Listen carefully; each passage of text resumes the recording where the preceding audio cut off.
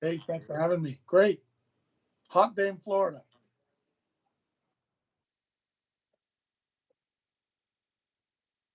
That's good.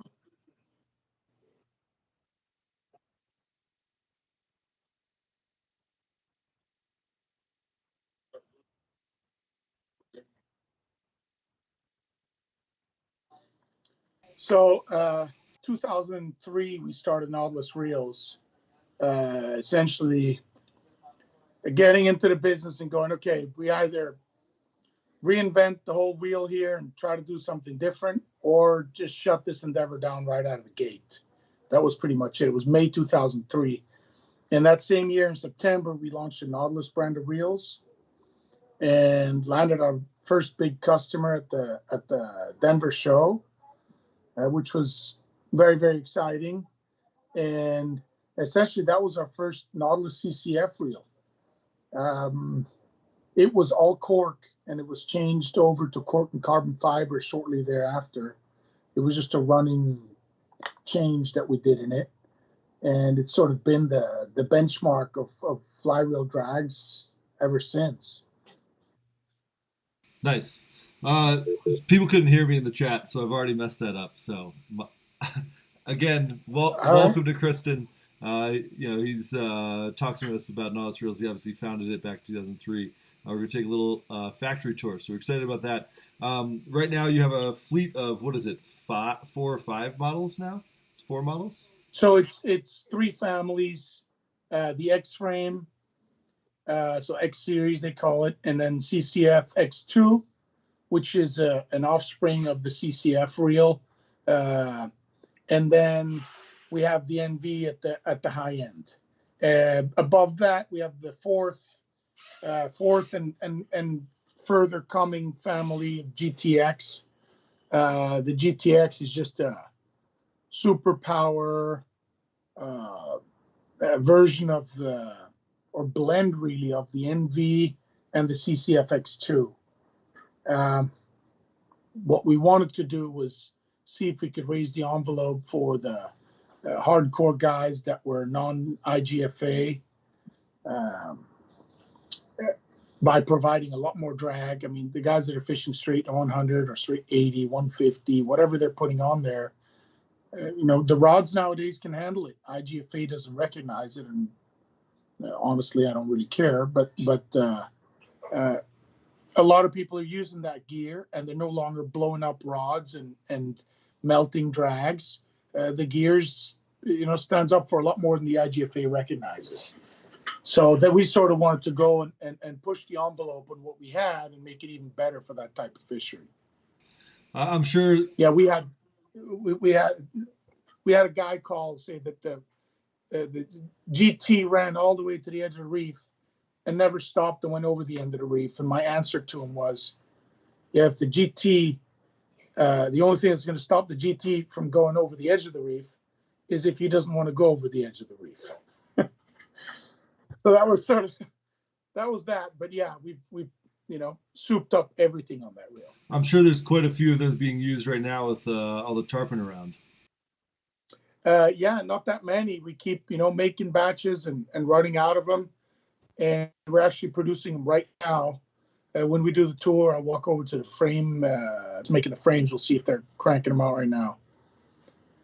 All right, if you want to take us through the models, show us those, and give us a little rundown of those, that'd be great. Yeah, We can do the tour. so our number one seller is the Nautilus X Series. This is the XM. It comes in the XM. Smaller than this is the XL, no XS, and then the bigger is the XL that shares the frame with the XL Max. So the XL Max essentially it's a 4-inch frame for light saltwater and big freshwater. In the that'll have the XL spool for 6.7 or the XL Max spool for an 8.9. Personally, I like a bigger reel for an 8 or a 9, but I do fish the X quite a bit um, on an 8 weight when I want super lightweight and like if I'm red fishing or something that's not going to take me into the drag real far. But once in a while, I'll take it offshore fish for albies or something, just to, because I like the fact that it can handle them. You know, it's got in excess of 10 pounds of drag, and it's super light. That's the nice thing about these reels. They're 4.5 to 4.7 ounces on an 8-weight reel. It's just insane. You can also this has all our reels are sealed, all are saltwater safe, and people have two questions usually. So what do you guys know about trout fishing? And they sort of equate us with saltwater and saltwater only. But then when we come out with a cool freshwater reel, all we get in questions is, can it be used in saltwater? So yes, you can use it in saltwater. And I grew up trout fishing, and brown trout are still my favorite fish. So that's the X for you. The X is, I'm a proud owner of 2 X's, and yeah, cool. I use them for I have like an XM and an XL Max, and yeah, they're great trout reels. Yeah. But then yeah, you can take them to the sort of light salt with snook and stuff like that. I'm gonna be doing that a little later this summer. So cool. So these guys, I'll move on to the CCFX2 for you if there are any questions about the X. This here. Oh, and then the color you can see here, no one can have. It's my personal little experiment, which is really cool. Here's another one no one can have. This one has a little Cryptek camo and this little gig we did with Cryptek. It's that like the hook fishing camo. I don't know if I can see in there. But so this is the Silver King and the CCFX2. This is probably the most affordable true big game reel that anybody can have. And it's designed for an 11 and 12. It's light enough on a 10, where on my 10s, I exclusively use this guy and the GTX nowadays, just because they're so lightweight and they pick up so much line. And what we've tried to do is make everything bigger. Let's try to go bigger and bigger and bigger. And I'm amazed at how many 4.5-inch reels we're selling nowadays for 8-weight rods, when a 12-weight reel, back when I started this, was 4 inches or 4.25 inches in diameter. And now we're using a 5-inch reel on a 10-weight. So the the CCFX2 reel, also sealed drag. It's got it's a dual-sided cork and carbon fiber drag system. The X is a dual-sided carbon fiber and dual-sided Teflon brake. The spools on all of these pop off real easy. You just loosen this cap, the cap stays on, and here's your entire sealed reel. Again, I think the biggest advantage in this, outside of being super lightweight, is the line pickup you get. This one picks up 12 to 13 inches per turn of the handle where the backing starts. So you're reeling in a foot at a time when that fish is coming at you. It counts. Everybody's had that big fish. If you've gone after these speedsters, big fish that runs at you, and you just can't reel fast enough. Also a proud owner of that side. There you go. So big fan of the Nautilus stuff. So I'm gonna nerd out a little bit. So here's another one that's a super secret project. But this is the NV Monster 10 and 11. So it's got the narrower spool, which is great for a 10-weight. It weighs an ounce more than the Silver King. The NV is still the top of the line. It's the Ferrari or the Rolls, whatever you want to call it. The other guys are more workhorses. These are luxury items. I mean, you can go out there. I don't know. I saw a Rolls-Royce SUV here the other day, which was built, I believe, on the Touareg, the VW Touareg chassis, or based off of that. Same with the Bentley SUV. But these things with 660 horsepower, they sound different, they act different. Not that I'd want one, but that's sort of what I get. What I have in this guy is this silent retrieve that I just absolutely love. This, it's just, when the line is on the deck, you can just hit that handle and it'll pick up, 3 or 4 feet. Same as the Silver King, picks up line really, really fast. And just lightweight and just classic design. Very different from all of them, really. You know, the Silver King, you need about 6 turns from 0 to max. This one is about 3/4 of a turn from where it engages into max. And the X is about 1.5 to 2 turns. And they're all a little different. Everybody gets used to what you're fishing. But ultimately, you know, I'll give you the story on the CCFX2. The guides really like it because it's one of the few reels where the guide can go, hey man, give that drag knob a 1/4 turn. And if the guy gives it 3/4 of a turn, it's okay. You're not going to break that fish off. So the adjustment's very, very gradual, and you know, loud on the incoming click. The guide knows how fast your customer's reeling and all that. But that's essentially the 3 main lines. And the GTX, like I said, is like these two went up a creek and spawned and had a really, really pretty baby. We have a question from Corey. He's asking for you to explain the differences between the drag systems on the CCFX2 and the NVG. So the NVG is a drawbar type drag. Drawbar meaning that what you're doing is you're pulling the spool towards the frame. So in the case of this reel, this here is your braking surface. The inside of this is where it breaks, where the friction is applied. The drag plate sits inside of this hub and does not move up and down. This hub, when I loosen the drag, it moves up away from that friction surface. When I tighten it, it comes down, much like an old Seamaster, an Able, a T-bore, the drawbar type reels where that spool was being crushed against the drag plate that just sits on a little step on the shaft. This drag plate sits on the step on the shaft, but it's sealed from the back and from the front. And so that's the main difference. The amount of pressure you generate in a reel like this is so big that if you just use radial bearings, you're going to pop them because they can't take side pressure.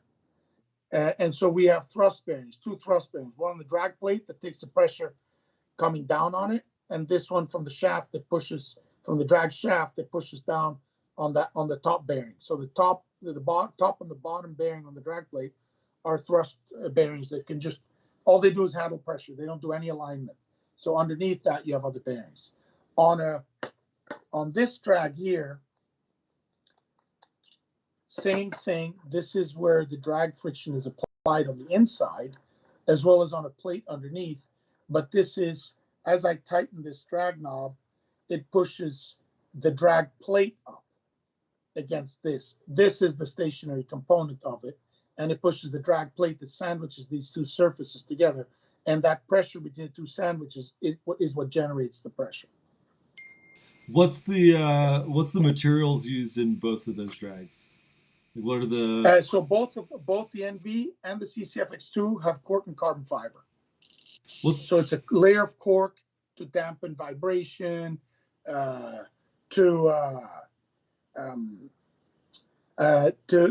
take up to absorb the heat, because if that drag plate gets hot and that bearing starts getting hot, the lubricant in the bearing starts to melt, flows out, the bearing goes dry, which means a dry running bearing. You can imagine what that does. You know, it's ceramic against steel dry or steel against steel dry. It starts to wear out itself, and it eventually kills it. So what we have is the insulating component. But you know, honestly, and I've said this on a few podcasts before, the main reason we included cork in our CCFX2 drag system was because when we first launched the CCFX or the CCF drag, the only drag material that serious big game fishermen would rely on was a cork drag reel. Back in 2000, if you were going for tarpon, it was a cork drag reel. If you're going for marlin, it's a cork drag reel. And you know, I was laughing at all this stuff going, man, you know, they're talking about space age components and stuff, forgetting that space age was in the 60s. And it's like, you know, cork, the reason they used cork, it was used in the clutches of cars. And so suddenly you're saying, okay, cars no longer use that. What do cars use? And they use carbon fiber. And Jack Charlton, actually, he was the first one to successfully use carbon fiber in his reels. But we talked to him a lot, and he said the biggest issue you have with carbon fiber generates heat. And in a sandwich type reel where you have multiple layers, if you generate heat, the metals expand, generate more pressure, expand more, and then it busts. And so with the cork, we're countering that. And also, you can go on our website and see how the NV, by transferring heat here, that heat is transferred inside to the spool, and your spool acts like a massive heat sink, which is cool as hell because if you see the video, we froze one. And as we take it out, there's some mist, and we put on a line winder against the drag, and you can see the ice just melt off it, which is pretty cool. We have another question from Corey. He's asking, do you recommend loosening the drag for reel storage? Does it have any effect to store them with the drag set with friction on them? I'll say yes, no. It doesn't really matter. It's just going to alter your initial drag setting for a little while. But ideally, yeah, just back it off. Keep it light. But it really doesn't matter. The drags in our reels are pretty cool. Where, like, I had a monster that I had put 3 dots on, and I put a little arrow with some nail polish, different color nail polishes, and I put the dots on, and I had for blue marlin fishing, I had a strike setting, and I had which was set at like a half a pound, and then I had a 2-pound fight setting, and then I had a 4-pound max setting. And I could pick that reel up after a year of not doing it. When I'm going again, pick that reel up, set it to strike, pull it on the drag checker, and it was right there. So that's the cool thing. So yeah, you can. Don't leave it cranked down to max, but yeah, if you forget, it's not the end of the world. You don't have to send it in for service. Just back it off again, and it'll be fine. They're like some of those like old school straight cork reels. You have to do that, but yeah, with the new stuff with the Nautilus stuff, yeah, not a worry there. No, yeah, the cork will always come back as long as it's good quality cork. Corey said thanks for answering all his questions. He has 6 NVGs and 5 of the older FWXs and loves them all. So the Ferrari, man, or the Rolls, whatever you want to call it. Shout out to Corey. Awesome reels. Thank you. Yeah, shout out to Corey. Did you want to touch anything else with the reels, or did you want to get started with the tour? Yeah, I think, little things like, there's so many little details that we don't really talk about commercially. Let me see if I can show that here. I don't know if you can see that or not, but if you look at the drag knob, it's got little grooves to increase contact. Can you see those or not? Like cut into so when I back the drag off, you see it, we cut it in spirals. It actually looks like the drag is moving out. And when I'm tightening, it looks like it's moving in. So it's almost like you're tightening and loosening, like it's moving in and out as you're tightening it. It's not, but they're just tiny little design things that we think about. We say, hey, rather than just cut a groove, let's make it spiral for this and that. And like the hook keeper, it's standard on the NV. It's still one of our big selling features. This little thing here, we call it the hooker. It's an amazing marketing item. But it's also very, very cool. I saw this on Van Staal spinning reels where they had a little that stuck out to hang your lure from. And I was like, man, I never hang my lure there because I could probably grab it with my hand and get a treble hook in there. But man, there's none on fly reels. And all the saltwater rods got rid of that little hooker, the hook keeper ring that they would put on there. So I said, let's put it on there. Just little things like that. I think I don't own as many as Corey, but I owned an FWX back in the day. I sold that, got an X, got an XM, XL. I have an NVG and a CCFX, and yeah, the little attention to detail you guys put on all the reels, obviously the colors, but then the performance, they're hard to beat. Sweet. So you want to take us around, show us where the fudge is made? Yes, I can. Let's do this. Let me see if I can turn this camera around. Camera. No, how to turn the camera around here? Let's see. Skype problems. Let's see. Yeah. Man, do I have to do this here? That'd be unfortunate. Let me do a little quick Google search. Let's do that. In the meantime, here's some more Unobtainium. All these reels that cannot be had except by me. I'm bringing you some more here. We apologize, guys, for the. This is obviously nice eye candy. So this one here, this is 24 karat gold plated. The redneck cannot be seen here. Yeah. What are you holding? I don't see anything in your hands, Kristen. Yeah, it's hidden. This is a little click ball project we had like 15 years ago.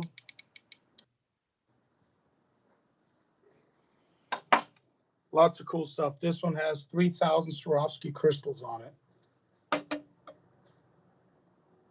And then the original white reel.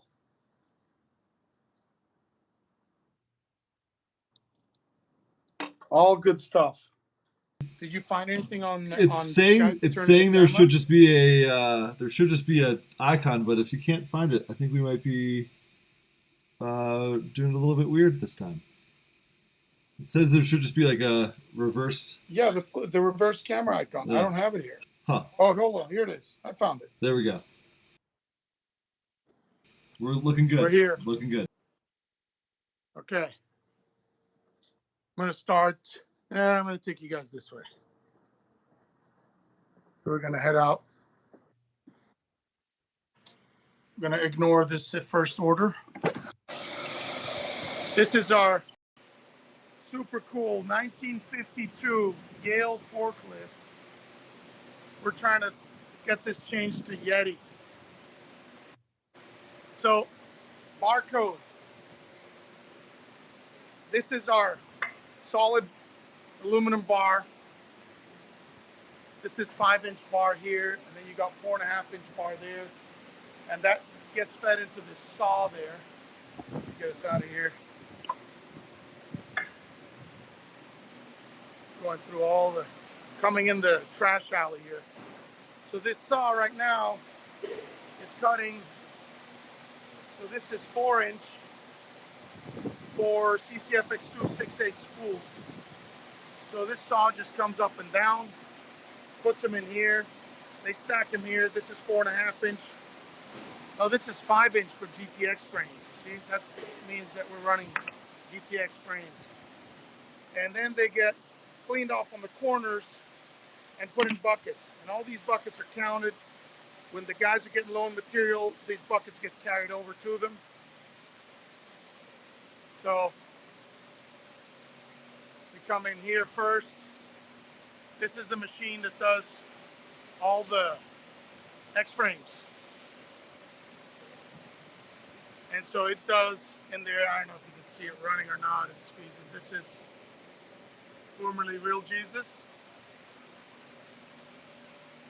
So this guy's waiting for the other side to get finished off. It comes around here.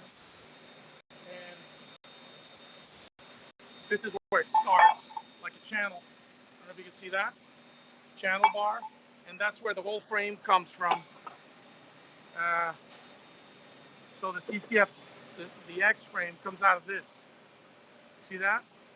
So everything is milled out. So in 2 operations, we get all 4 sides of this in 2 operations. So we get 24 reels in 2 handling. So material handling, you do it 2 times and you get 24 reels. This guy here is a 12-foot bar feeder that feeds into a Swiss machine that runs in here, spits out finished parts down into this little tray here. And this is running right now. These are the little hexes that drive the drag on the NV reels. You see that? So they get put in little egg crates, cleaned up, and then they go off to assembly. Here, we are milling You can see there's 9, 10, 11 spools on this set. And he's actually milling out the CCFX2 810 spools from here. The first stop is the turning process, where again we start with the puck. That gets turned first on one side. So that puck, you can see on the back, it's still a raw puck. It gets turned one-sided here, and then it gets flipped over, and it ends up like this. And that's how it comes out of the mill, or out of the lathe, and it gets fed over into the mill. This guy here, so our handles, what people don't know is we use Delrin because it's what we consider the best handle material there is. These handles come from stock, bar stock Delrin, and they're turned on a lathe to within a half a thousandth of an inch. So you can see there's some steam coming out there, just cutting hard. All the chips come up here, the trash gets thrown in here. This guy here is running a plate, and we're cutting out some washers because supply has been so dismal. We're actually machining these washers that we would typically outsource and get punched. We're actually machining them on plate. So we're using double-sided tape to hold down a sheet like this of aluminum and cutting them out on our machine because our vendors are just unable to supply. Typical wait time on this plate was 2 weeks. We've been told that we're going to get the parts that we ordered in June, so we just have to come down and machine some. So this is the plate. That's the friction plate in the CCFX2 reel. So this is prior to being sent off and getting anodized. That's just been polished. On this machine here, we are running XL spools, and I think when you called me last week, we were running XL spools. We're still running XL spools. It's a never-ending story, these X's. Bucket here, spools being run in there, on the lathe, same operation as the 6.8. Here's our, and we don't have one loaded in here. This is where the GTX frames are running, but they're not running right now. This guy here, bar fed also. This loads up a bar of 2¼ inch and runs it in here. And this is running CCFX2 hubs. And you see something more here. Okay, so that's cut. You can see it cutting away chips. You can see the chips flying. So what that's doing is it's making these parts here. So that's the hub cover of the CCFX2. Can never make enough of those. Prior to that one here, we were running some GTX hubs. Having a hard time keeping stuff in the camera. And before that, GTX drag plates.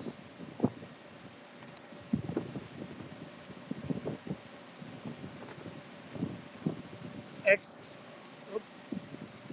drag plates. That's the plate that pushes up and down and applies pressure to the X drag. So one cool thing, all the oils we use, these are CCFX2 6.8 being run. On the side, there's where you can tell is running right now, but they run at night along with a full fresh set of these. So cool thing here, this is a water-based coolant that we use. And as the chips are flying off this, they go into the bottom of the machine, get washed out, get pushed up here through this little guide here.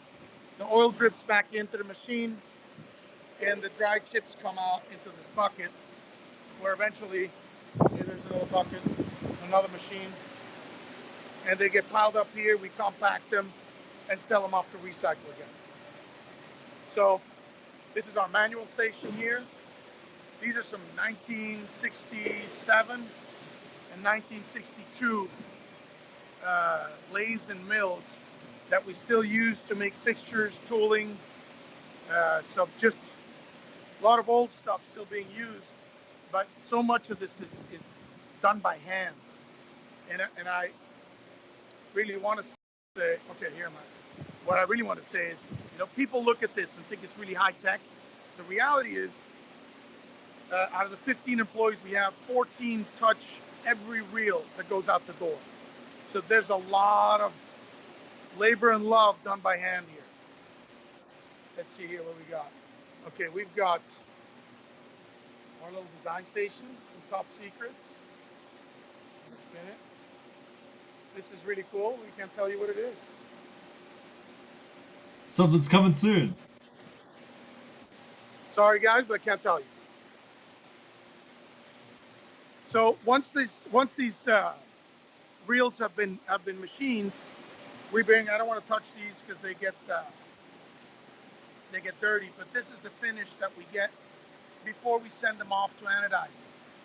And so these things have been polished in a rotary tumbler, vibratory tumbler, and all our parts. These are the CCFX2 drag knobs. These are those plates we were just showing you that were being milled over there. Some GTX frames here, X frames. These have been left on the side because they need to be revised. I guess they found something on them. And then they store them. So you can see here we got 810 housings, 6/8 pairs, 6/8 spools, 810 housings, and more. XL Max spools, XM spools, etc., etc. So we store them on the shelves, and then they get shipped out to Rhode Island, Michigan, and for anodizing. When they come back, they get put on the table here. I can't show you the table because it's top secret, so I'll only show you the public part, and I'm not going to show you the top secret over there. So these are drag knobs for the X Series, and so that's what they look like when they're sitting on your reel. You can see the logo on them, and this is what puts the logo on them, which is pretty cool. And I'll let that play a little bit. So they come in anodized, and then we logo everything. You can see the laser just puts the shell on it, and that's just one tray, continuous. And these are the finished ones. These are the unfinished ones. In egg crates because we treat our parts delicately. But so stuff comes in. You can see shelves, as expected, are pretty empty right now. This is all the pre-production stuff. And orders in by color coded for dates, and some of the custom colors that are already all sold, just waiting to be put on an order and put together. So it's pretty sad to see. This will be a lot busier, but you can see all the orders waiting to be put together here. And let's see, yeah. Then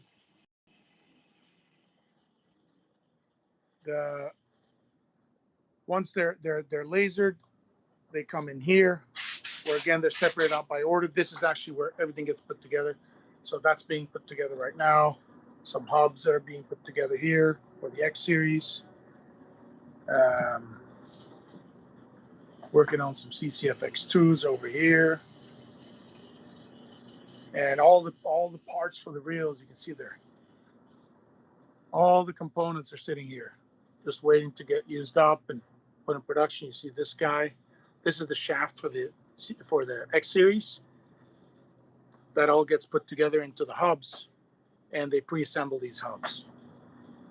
So again, more orders. And then the custom color stuff is pretty cool. We have bagged sets of colors, right? So this is turquoise, orange, purple series reels. So whenever they get an order in for a black reel with orange parts, they'll just pick this up for the assembly, and that gets built. So we try to keep it as simple as we can. These are the CCFX2 ones, and so on. I mean, it's never ending. So that's pretty much it. How many colors do you guys offer? Right now, I think it's 6. We discontinued gold and we're looking to bring gold and green, and we're looking to bring in a new one that I showed but can't show. But looking. We have a couple questions. That it's also interesting. Yeah. That means my black and gold CCFX is limited edition now. So yeah, let's go. It's you know what I tell you. they're all limited edition. And what's amazing is with this reel builder thing, people come up with combinations that we've only done one off a lot of times. I mean, we did the math. So we were talking about, hey, we need to get barcodes in because it'll make life a lot easier for dealers like you guys, where you can just scan the box when it comes in and you've got it all there. And we stopped counting at 39,000. I don't want to deal with 39,000 barcodes, so I'm out. Hard pass. We've another question from Corey. He's asking if you guys offer factory tours if someone's in Miami and wants to. So yeah, all we ask is that you call ahead.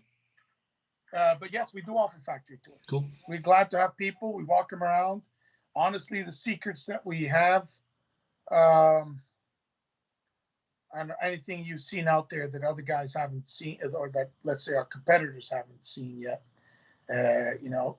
let's assume there was something that they said, oh man, we never thought of this. Let's run and do it. The only reason I'm showing it is because at this point, we're pretty much moving on from that onto something else. Mark's asking if you have a particular reel that's your favorite to produce. Like, what's your favorite reel in the family of Nautilus reels that's you have the most pride for?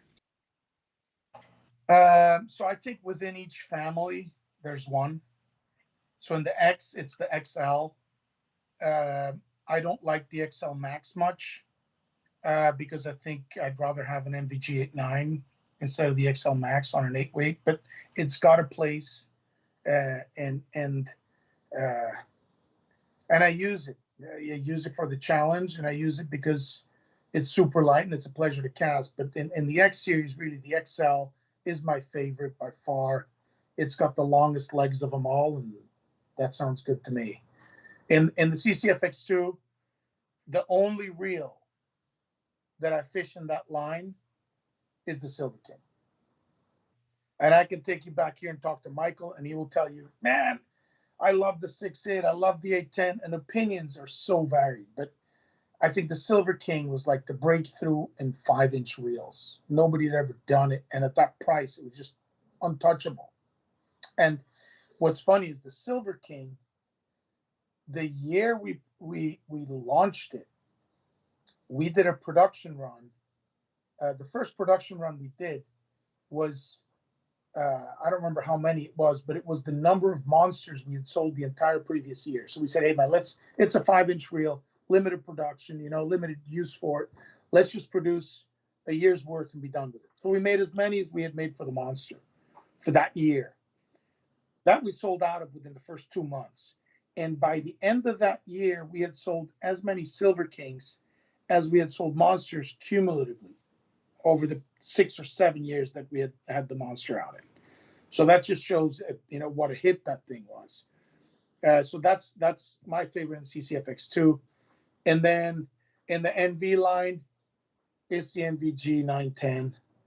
Hands down, that used to be my sole reel in 9 and 10 weights. Then I moved to the Silver King for my 10. But they're just for line pickup. But the G910 is just the coolest. I think proportionally, it's just so beautiful. The large arbor, which they all are, just looks a lot larger on this. Long legs again. I don't know what it is, but they just look like they're going to pick up so much line. And of course, the GTX is just like, it's still unfathomable to me how cool that reel is. The GTX, so a little cool detail on the GTX spool. I'm going to do a quick one here. I'm going to disappear from camera 1 second.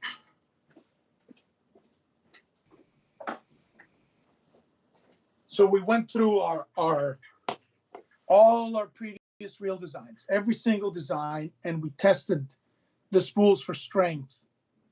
And the strongest 4-weight spool we had ever built was the NV1112 that we discontinued in 2010 maybe, or 11. And that was this guy. So I'm going to take the spool off so you can see that more clearly. That's the NVG 11, the NV1112. That's actually on the frame of the G910. So this spool design we then said, okay, that's the strongest one. That's what we're going to put on the GTX. So you can see how similar they are. And so the GTX has the strongest spool design to date. It's stronger than this one. Yet it's super, super light. And what I really like about it is, you see how it looks like the backing's floating on it? Can you see that? Is that angle? Yeah. And that was the coolest thing with the GTX reels, or with the NVG line, was, you know, you see them naked, but once you put line on them, they look even bigger. So with the GTX, how much drag, how much power or how much drag are you applying when you do full stop? So we stopped checking at 35. So you got to crank it down. So essentially, the way we check it, so here's the real number, right? So yes, we lift straight off the reel. So I will hang off of this line here. I will hang a 35 bucket of aluminum, a 35-pound bucket of aluminum, and I will lift it up, and it will not move. And I will add 2 more ounces, and it starts going click, click, click, click, click, click, click, click, click. And that's where this reel is. But if you think about it, if you put that pressure, I mean, first of all, you can't fish with 35 pounds of drag because it'll just tear it out of your arms. You can sustain that for a minute. But once that line goes out the rod and into the water, that pressure, you know, is a lot higher once it goes out through the friction of the guides. So it's not like a straight pull weight. Now it's bent around with a lever. So to generate 35 pounds of drag, that fish is hauling a lot more. I don't even know what the number is. I haven't done that. And maybe I should do that. That could be a cool experiment. I think I remember talking with Rick Mikesell, who's our GM guy. He has a variety of job titles, I think. And he was saying so does his card say GM guy? Yeah, it probably does. GM guy. So he was talking about how, like, as humans we can apply, I think it's like 20, 25 pounds of pressure, but, you know, obviously having that extra of, when you're talking about people who aren't worried about IFGA, they're worried about getting the fish in or breaking out. Yeah, it makes sense. So Mark's back in. Here's another question. He's asking what your thoughts on reels with weight adjustments are. Weight adjustments. He needs to elaborate on that. There was one more thing I was going to say about this. I don't remember. So you said you had 15 employees, and you said 14 of them get their hands on the reels during the every reel. And we've been thinking about this ad series to do where just pictures of our employees' hands. And just holding parts, you know, working at every stage of the job, because it's really handmade.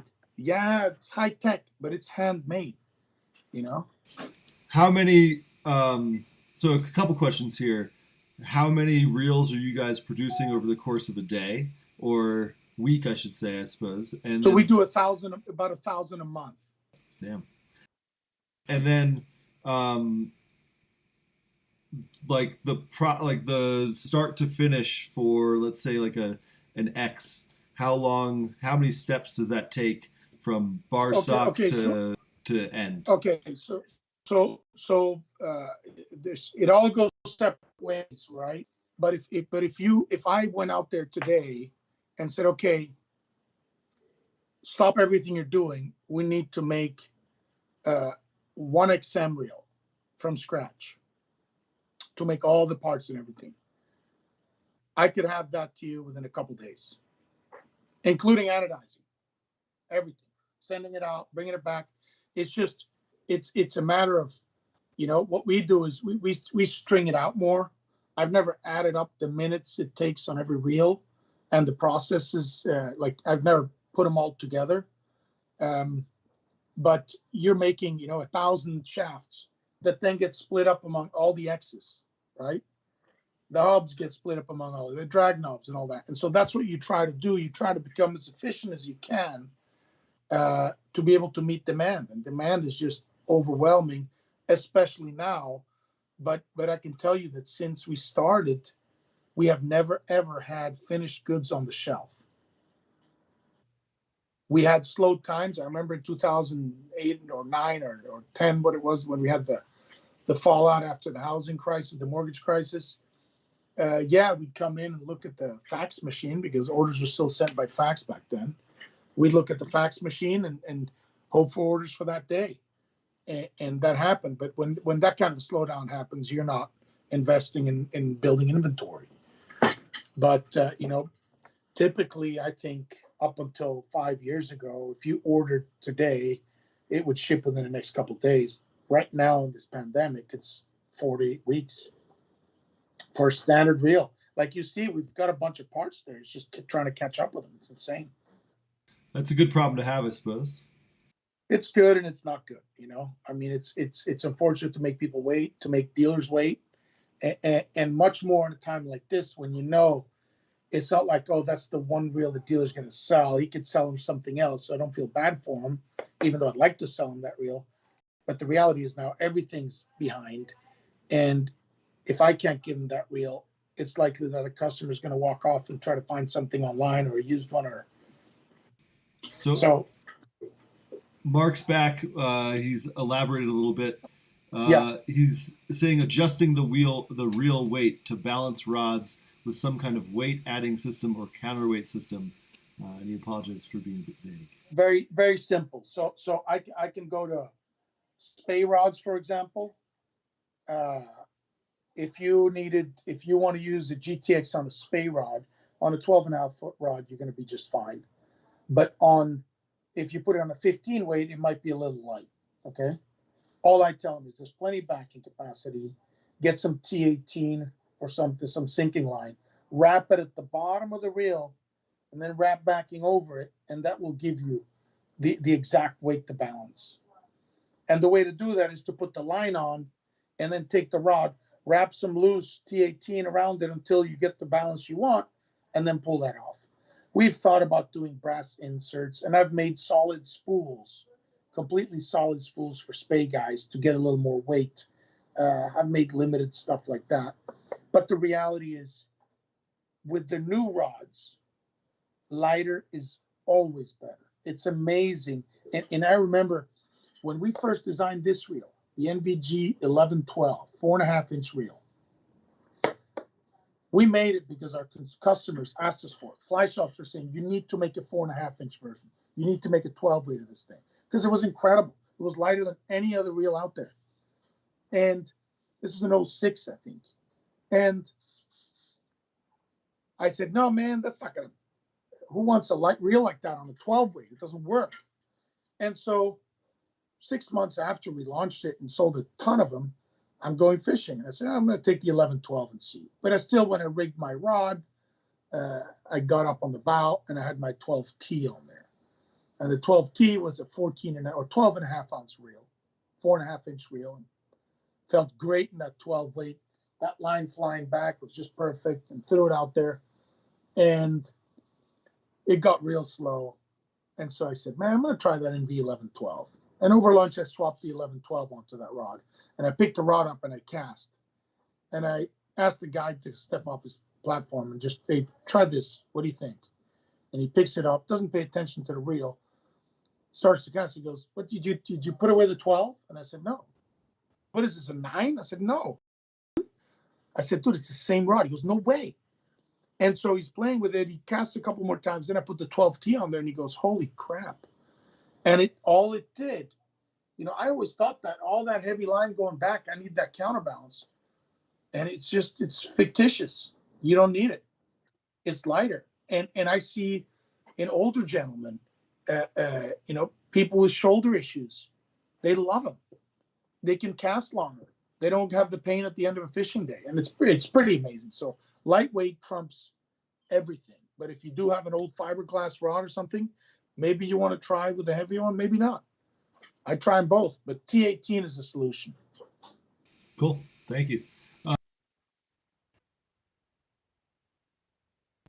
Going to give people last sort of round of questions in the comments here before we wrap up. Anything else you wanted to touch on in the time being, Kristen? So we did one of the things that I'm really proud of that we've done here is this ad series we did, which we based off of the Playmate data sheet, and it was featuring fishing guides that fish our stuff, and gave them all the questions, favorite this, favorite that, favorite boat, if you have a boat, right? So we give them a whole questionnaire and they fill it in, and it ran in magazines, and it's amazing that it's been the only ad that has ever generated callback from people. I had a guy say, hey, whenever I'm at an airport, I pick up the magazine to see what your next guide ad is. Who's the next featured guide? Love your ads. We've had guides that have called and said, hey, I just got some calls. They saw me in the magazine in the guide ad. So that's just a cool thing. All these ads that we've done, all our ads we've done, they're on our website. I think in the photo gallery, I think there's one thing on ads. They're a lot of fun. You can go over and see some of these guides. It's a good time.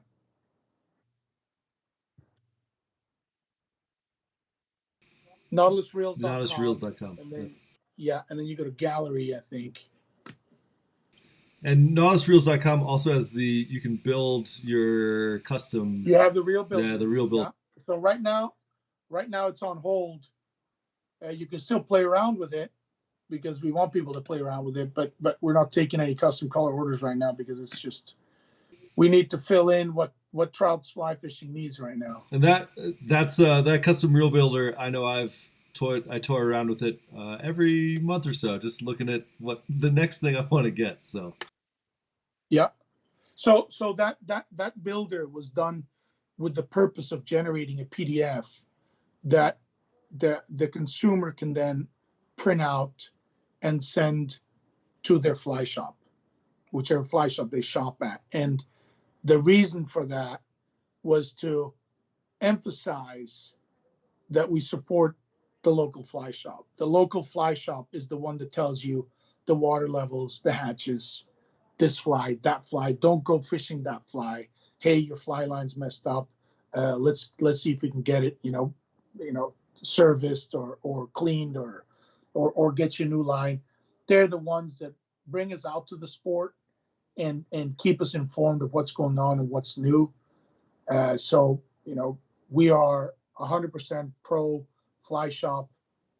We do not sell direct to consumer. We don't sell on Amazon or anything like that. In essence, to support the fly shops, because they're without fly shops, we don't have a sport. And I try to say that to everybody is, man, just go support your local fly shop. And if your local fly shop is a .com, do it. But support them because they're really the ones, they're the stewards of our rivers. I mean, I just think you guys, what have fly shops and fly fishermen done for the Denver downtown fishery? Go back 20 years. There was no such thing. For sure. Well, we certainly appreciate that sentiment, Kristen. And we're going to wrap it up with one more question from Mark. He's asking, do you think there's a market for custom reel handles? I found many reels are great, but handles can be unsuitable, too big or too small. So I would welcome somebody else making a horde of different handles for our reels. I think if you look at the custom shop, the way it's set up right now, when we started, it was the time when MTV had Pimp My Ride. And for the younger generation listening to this, you need to YouTube Pimp My Ride. Get-go, I said, man, I really want to be able to pimp out my ride. People go out there. People were buying a new car every 3 to 5 years. But a reel would last them 10 years. We were like, what are people thinking? This is a $400 item, and they're hanging on to it for 10 years. Yet they go spit out a $30,000 item day in, day out, and they pimp it out. They spend fortunes pimping out their vehicles. So I said, man, we need to come up with Pimp My Reel. At the time, we couldn't afford to make a bunch of little different color small parts because our volume wasn't big enough. Nowadays, we can send out hundreds of parts at a time and put together sets, and it's okay. But that's where the whole custom reel builder started. So, and as far as handle sizes go, the big game handle is incredible. Yeah, it looks big and clunky in some reels, but you don't need to pinch it. Your hand just sort of hangs on it, And that's the amazing thing with this thing. And granted, this is not my idea to put a ball at the end of it. Spinning reels have had it for years. Handles have had it for years. T-Bore has the big game handle. It's a little bigger, gorilla handle, whatever it's called. But that's, this is really the most comfortable handle for long fights that we have. I would agree with you that the handles on the X's and the XLs are a little small for handling big fish, but truthfully, I personally only use the XL, or majority use the XL on reels that I'm stripping line with, trout fishing and stuff. I don't mind doing this a little bit. Yeah, when I go offshore and fish for albies with it and I have to reel in 125 yard, it gets old real quick, but it's still fun. So, and as far as handle material goes, there is no better than Delrin. Yes, fancy aluminum handles look cool and they can be machined, all this. If you drop that reel sliding down to the river against a rock or gravel, you nick that aluminum handle, it's going to have a sharp edge up there. It's going to cut you 4 times before you're done with the day, and you'll be cussing the whole day. With the Delrin handle, even if you gouge it with a knife, you can just press it back in or put a lighter to it and push it back in. It's fine. It's not gonna warp. It's not gonna corrode. I mean, I've seen too many handles corroding, and it's a nightmare to get into the other game. And again, we don't skimp on anything building these reels, on nothing. It's all premium, U.S. made bearings. The only thing in here that's not U.S. made is the one-way clutch that actually comes from Japan, and it's the same one-way clutch that we use in our X Series, that we use. It's the same as we use in our GTX. So just to show you the strength of that bearing, it's amazing. And so, we don't skimp on anything. And it's, if we wanted to skimp, I would just mold these handles. But the reality is we machine them because we want to have a smooth finish, and we need exact tolerances so they spin just right. Well, we have a wide selection of X's, CCFXs, NVGs, and we have some GTXs in stock at Trouts. You can see them at troutsfishing.com. Kristen, we certainly appreciate you joining us and sharing, having a little peek into the background of Nautilus and what's going on over there in Miami. So appreciate it, Kristen. Thank you very much for having me. And we're here 24/7 in my head, but 7 to 5 every day. All right. Hey, thank you. Take care. See you.